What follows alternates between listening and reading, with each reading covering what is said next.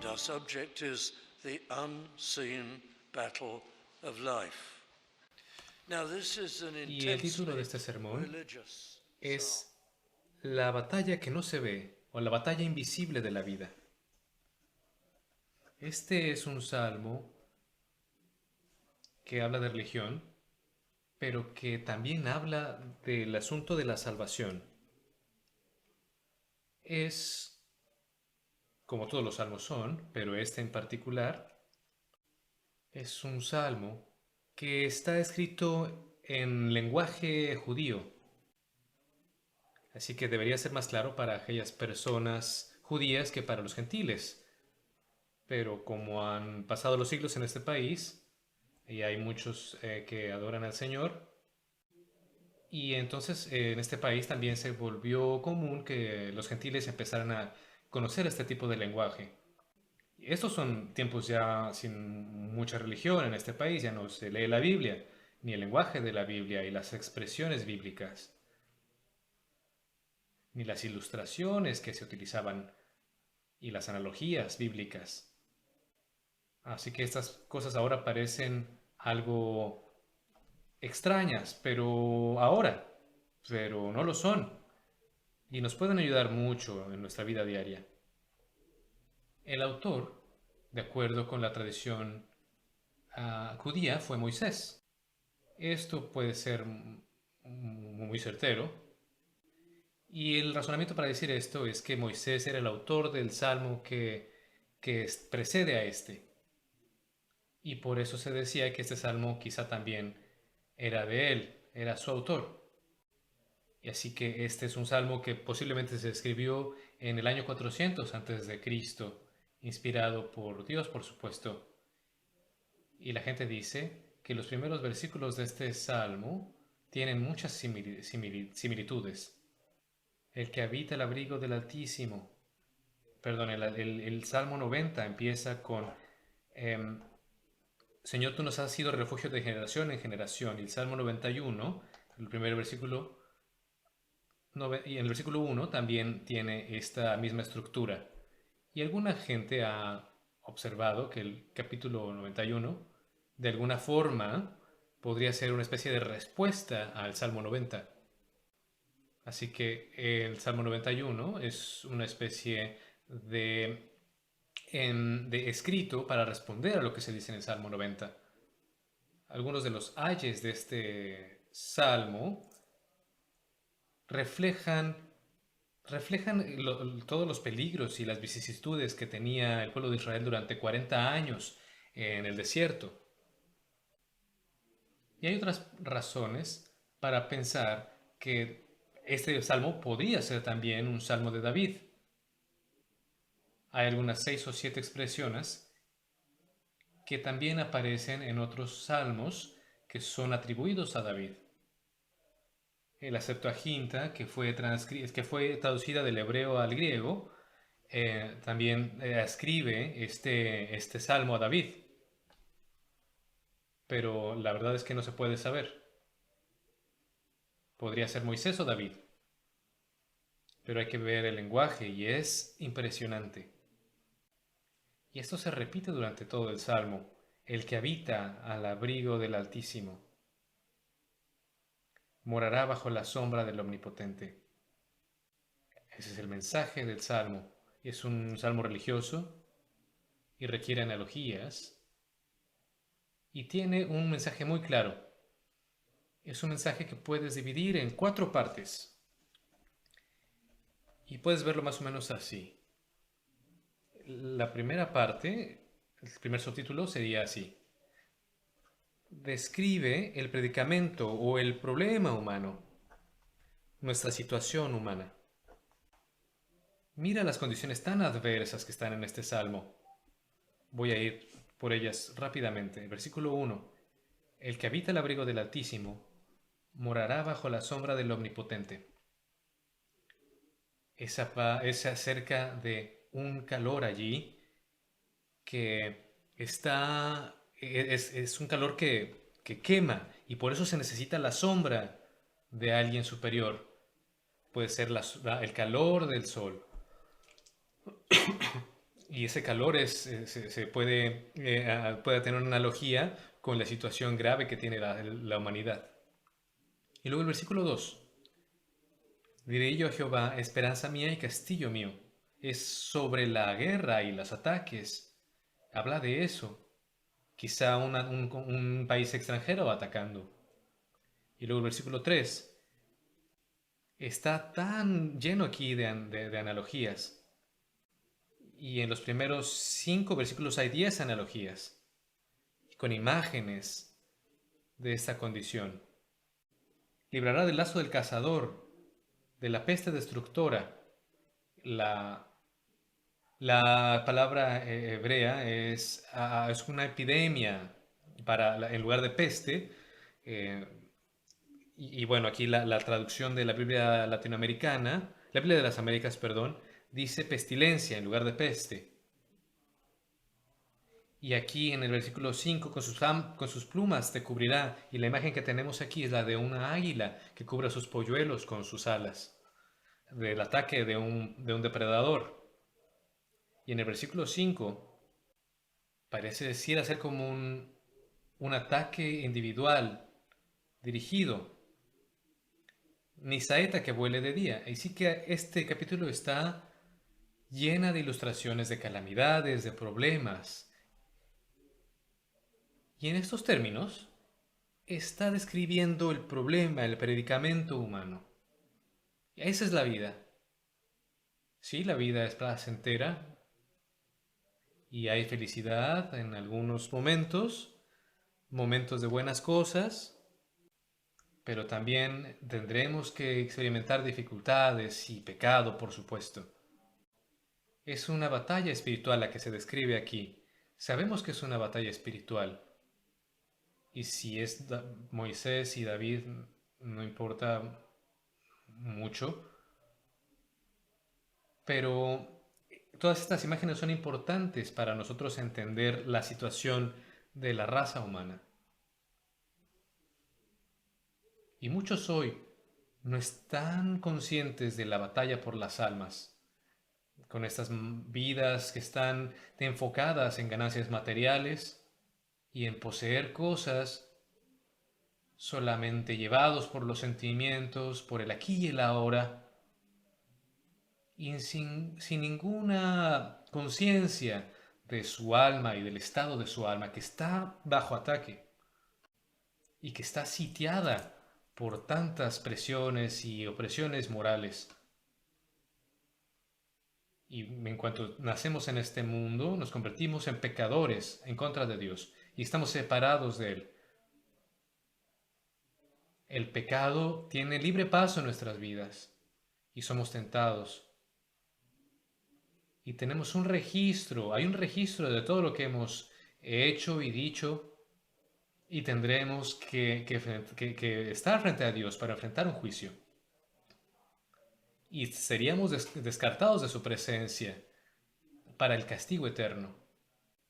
Podemos estar siendo ignorantes también de su misericordia y de su provisión para nosotros, y cómo Él está dispuesto para perdonarnos y para transformarnos y cambiarnos, para que nos una con Él mismo,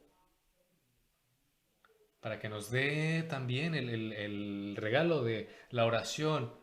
Qué tragedia es si no se está consciente de esta batalla y de estas circunstancias. Y aquí tenemos estas imágenes muy gráficas. Veamos el versículo 3. No voy a ver todos los versículos, tomaría mucho tiempo, pero ve el versículo 3, que nos ha librado de esa pestilencia. Nosotros leemos que los cazadores en aquella etapa, en aquella era, podrían estar cazando aves, por ejemplo, que venían migrando, escapando de las inclemencias del tiempo o de las estaciones del año. Y vemos aquí la imagen de un cazador que estaría allí cazando a las aves con trampas para atrapar incluso atrapar solamente un pájaro sería un éxito. Habría miles de pájaros migrando de un lugar a otro. yendo a lugares en los que estarían allí retosando. Y por supuesto lo que hacían los cazadores con estos pájaros era hacerlo de manera muy sutil. No querían espantar a toda la parvada de pájaros. Y esto tiene analogía con lo que nos pasa a nosotros. Algo sutil, quizá un, un pecado escondido, un demonio personal que está allí con nosotros molestándonos y te mantiene lejos del Señor. Te mantiene fascinado y completamente enfocado en las cosas de este mundo. Y bueno, debemos estar conscientes que podemos ser capturados por cualquier clase de pecado. Y el cazador, regresando a la analogía, no quería ser reconocido como tal. Él estaría allí escondido. Y lo mismo ocurre con el enemigo de las almas. Él no quiere que creas que Él existe.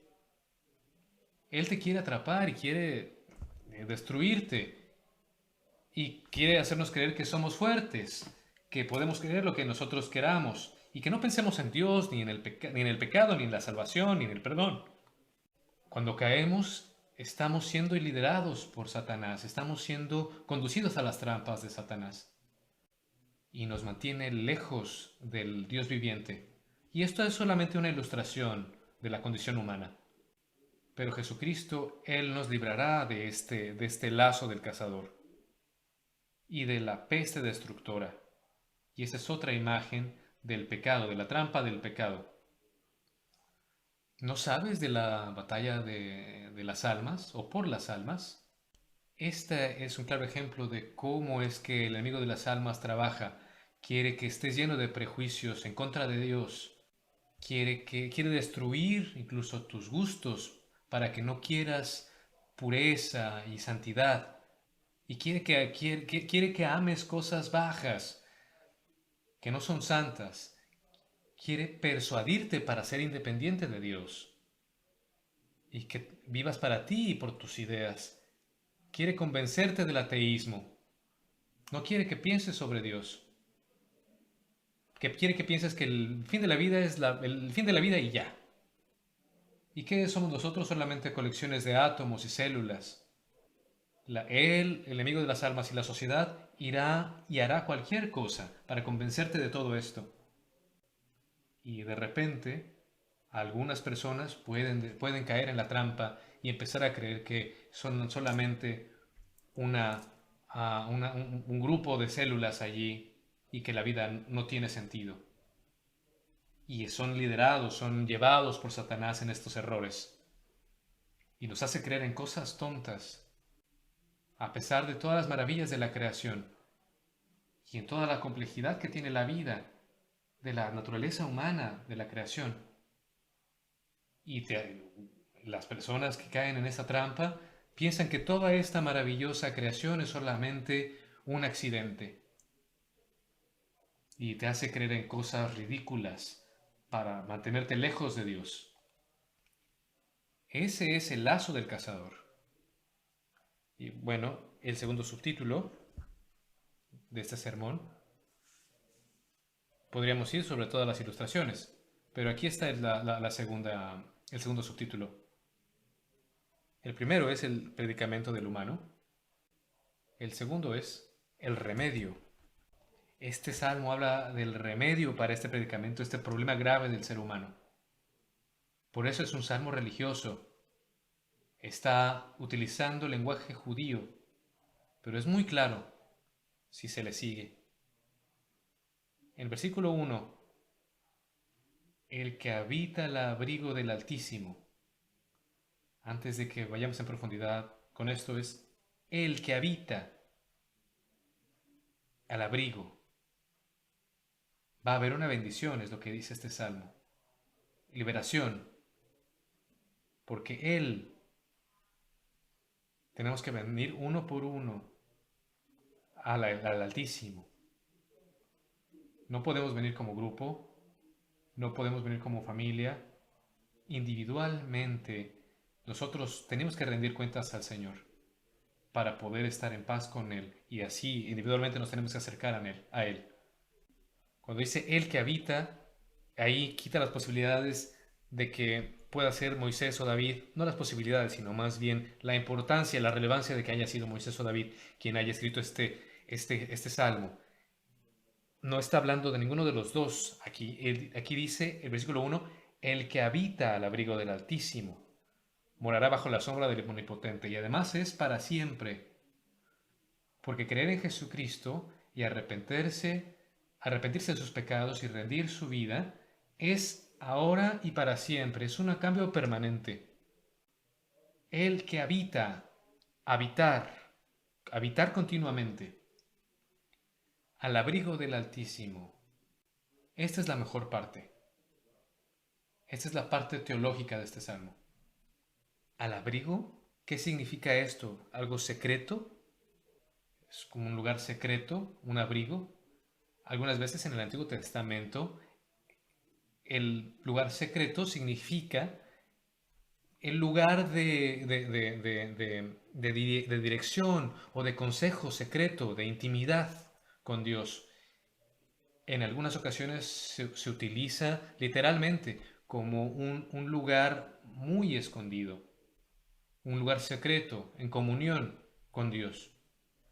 Pero en este salmo, el abrigo, el lugar secreto, tiene un significado especial. El que habita al abrigo del Altísimo es importante si nosotros lo vemos a la luz de otros dos salmos. Es de gran importancia que lo leamos aquí, porque el remedio para el predicamento del hombre es el lugar secreto del abrigo. Y este salmo dice, los esconderé en el secreto de tu presencia, los mantendré ahí oculto en el pabellón, en una tienda. Ese es el punto número 1. En este salmo, cuando se dice aquí el lugar secreto, se habla del lugar santo, del lugar santísimo. El lugar santísimo era donde se hacía el pacto, y donde estaba el arca del pacto, y donde estaba allí también los 10 mandamientos que nos convenían. ¿Cómo es ahí que podemos encontrar el remedio a nuestro predicamento? Bueno, porque en el arco, ahí también estaba también los querubines que estaban representando la misericordia de Dios.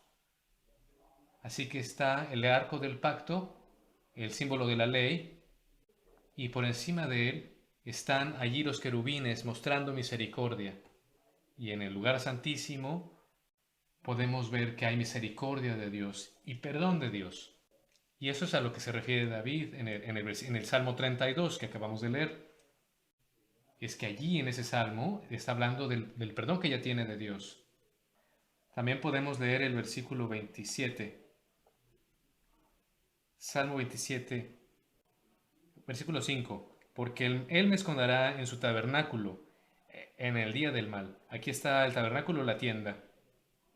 Y si eso no fuera claro, después dice, me ocultará en lo reservado de su morada, donde estaba el lugar santísimo. Sobre una roca me pondrá en alto. Así que David aquí está diciendo, si tus pecados son perdonados, si estás confiando en la misericordia de Dios y en su forma de perdonar, entonces todo estará bien. Lo que sea que pase, tú eres salvo eternamente. Dios es tu Dios, el Señor es tu Dios y tiene su perdón. Y tus pecados nunca serán contados para ti. Y podemos ir al Salmo 32, versículo 7, cuando David dice la misma cosa. Tú eres mi refugio, me guardarás de la angustia. Con cánticos de liberación me rodearás. Habla de refugio. Y en ese salmo también se habla de la salvación. Y en Ezequiel también está hablando allí de la destrucción del templo. Y dice él, ellos contaminarán mi lugar secreto. el lugar secreto en los Salmos se refiere al lugar santísimo.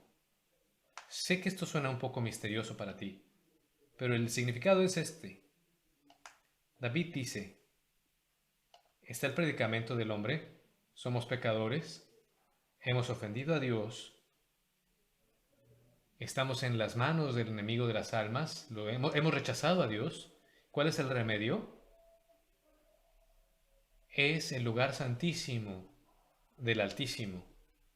Eso representa perdón, la misericordia del Señor.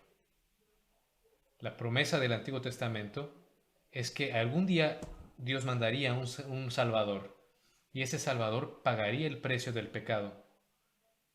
Y Él sería ofrendado como sacrificio, y Él llevaría el castigo por nosotros. Ese perdón de Dios que está representado en el lugar santísimo, en su misericordia, las alas de los querubines, allí está el perdón de Dios. Y esto significa que Dios perdonará. Y es la única manera en la que Él puede perdonar. Dios no puede solamente perdonar y olvidar y ya. Él es eterno, poderoso, y Él está en contra del pecado y tiene que castigarlo y destruirlo. La única manera en la que Dios puede perdonar el pecado es que Él viniera Él mismo y fuera a la cruz del Calvario y tomara el castigo del pecado en nuestro lugar. El pecado tenía que ser castigado. En todas las eras del mundo, pasado, presente y futuro, de todos los que serían salvos, Jesucristo murió por esas personas viviendo en todas estas eras. Y David lo pone en estos términos. El que habita en el lugar santísimo del más alto, el que habita ahí está habitando en el perdón de Dios, en el sacrificio de Jesús, para aquellos que han creído en Él y aquellos que dependen de este hecho. Y morará bajo la sombra del Omnipotente, nos dice el Salmo 91. Y bueno, requiere de una respuesta, y este es el tercer punto. El primero fue el predicamento humano, el problema humano. Después el remedio es el segundo lugar, en segundo lugar.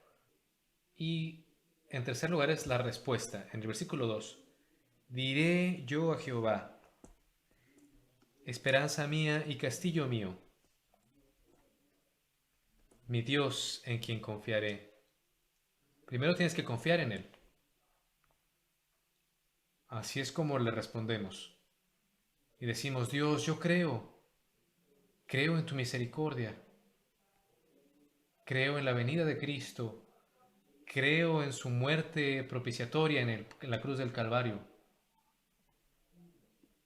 Confío en Él, no confío en mí. Nada de buenas obras, no importa cuántas sean, pueden llevarme a ti o garantizarme salvación. Oh Señor, confío en la misericordia que viene a través de Jesucristo y creo en Él, que mis pecados fueron tomados por Él en la cruz del Calvario. Diré yo a Jehová, esperanza mía y castillo mío, mi Dios en quien confiaré. Y el arrepentimiento también en el versículo 9 y 10. Porque has puesto a Jehová, que es mi esperanza, al Altísimo por tu habitación. No te sobrevendrá mal, ni plaga tocará tu morada. Es acerca de una nueva vida. Y dejar la vida vieja. Y dejar la plaga del pecado y arrepentirse de él. Así que creer en Dios, en Jesucristo, y arrepentirse del pecado. Esto es maravilloso y sorprendente. Nunca hemos traído tan poco y hemos recibido tanto a cambio. Por arrepentirnos de nuestros pecados en frente del Señor. Venimos ante su presencia, encontramos un lugar tranquilo, derramamos nuestros corazones en oración con Él y nos arrepentimos de nuestros pecados.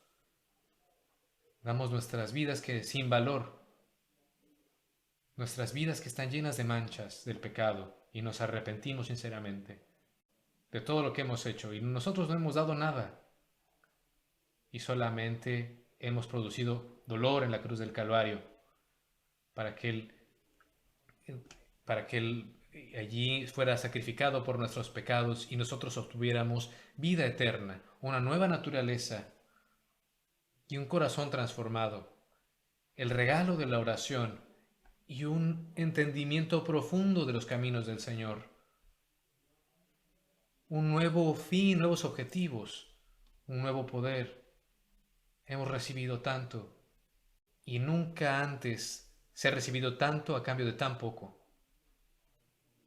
Y es solamente cuando nos arrepentimos de nuestros pecados y creemos en Jesucristo. Y por supuesto, nos rendimos ante Él completamente.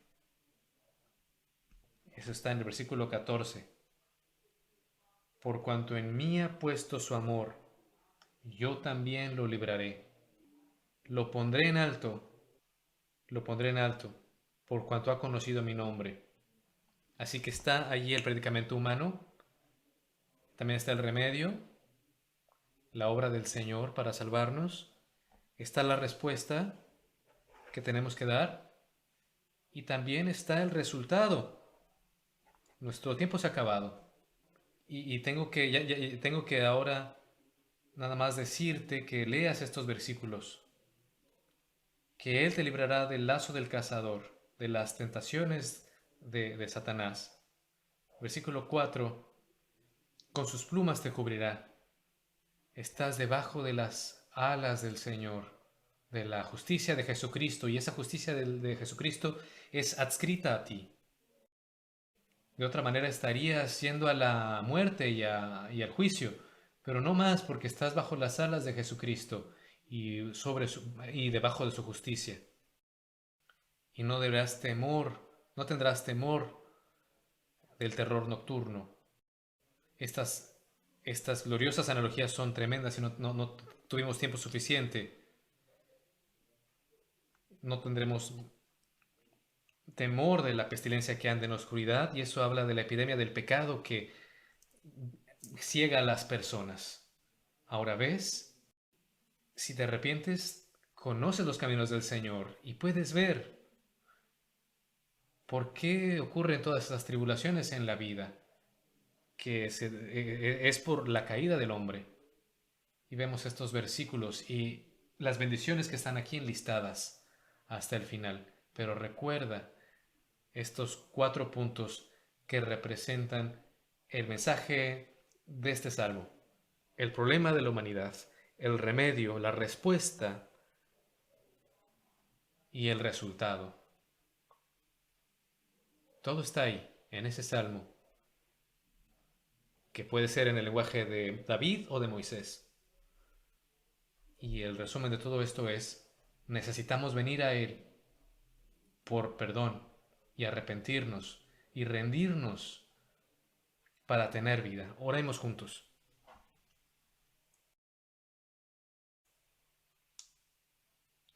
Oh Dios, Padre Celestial, háblanos, lidia con nosotros, recibe nuestro arrepentimiento, nuestra fe, transforma nuestras vidas y nuestros corazones. Oh Señor, oramos que estemos seguros de cómo trabajas en nuestros corazones y que caminemos contigo, que podamos amarte.